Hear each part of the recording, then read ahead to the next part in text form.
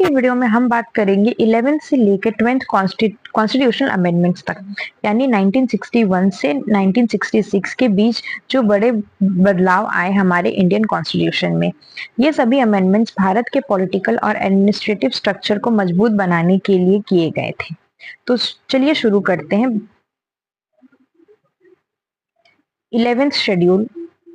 11th constitutional amendment act 1961। इस amendment का main मकसद था वाइस प्रेसिडेंट के इलेक्शन प्रोसेस को क्लैरिफाई करना।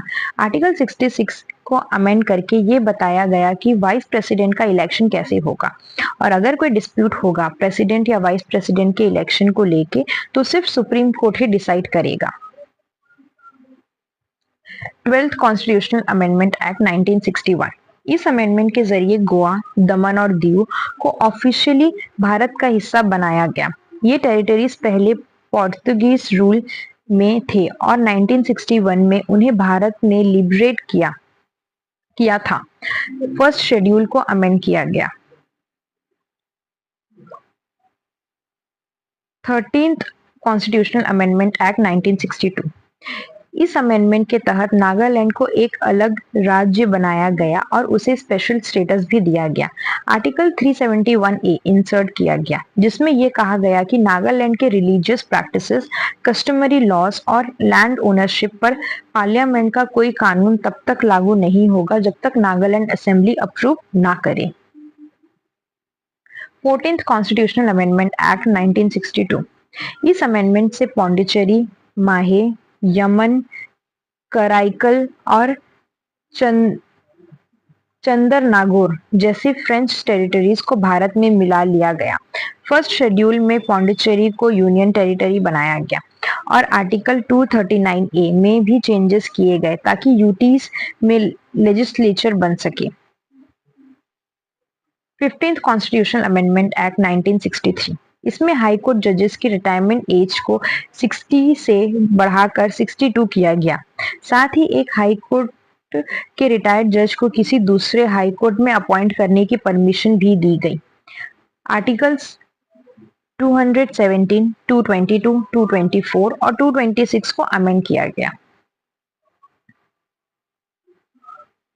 16th constitutional amendment act 1963। ये अमेंडमेंट भारत की यूनिटी और इंटीग्रिटी को प्रोटेक्ट करने के लिए लाया गया, खासकर 1962 के चाइना वॉर के बाद। आर्टिकल 19 में नए रिस्ट्रिक्शंस ऐड किए गए। अब आपको फ्रीडम ऑफ स्पीच के राइट का यूज कंट्री की सोवर्निटी को हार्म करने के लिए नहीं कर सकते। एमपीज और एमएलएस के ओथ में भी sovereignty and integrity of India uphold करना जरूरी बना दिया गया। 70th constitutional amendment act 1964। इस अमेंडमेंट में आर्टिकल 31A को मॉडिफाई किया गया और भी लैंड रिफॉर्म लॉज को 9th शेड्यूल में ऐड किया गया। पर्पस था कोर्ट्स के जुडिशियल रिव्यू से बचाना ताकि जमींदारी अबॉलिशन जैसे लैंड रिफॉर्म लॉज चैलेंज ना किए जा सके। 18th constitutional amendment act 1961। यह अमेंडमेंट आर्टिकल 3 के मीनिंग को क्लैरिफाई करता है, जिसमें स्टेट का मतलब है यूनियन टेरिटरी भी होता है।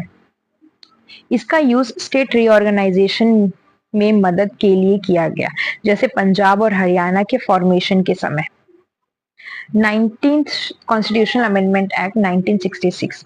इस एक्ट के तहत इलेक्शन ट्रिब्यूनल्स को अबॉलिश कर दिया गया और इलेक्शन पिटीशन के लिए हाई कोर्ट्स को जुरिस्डिक्शन दी गई। आर्टिकल 324 में चेंजेस किए गए और election related cases directly high court handle करता है। 20th constitutional amendment act 1966।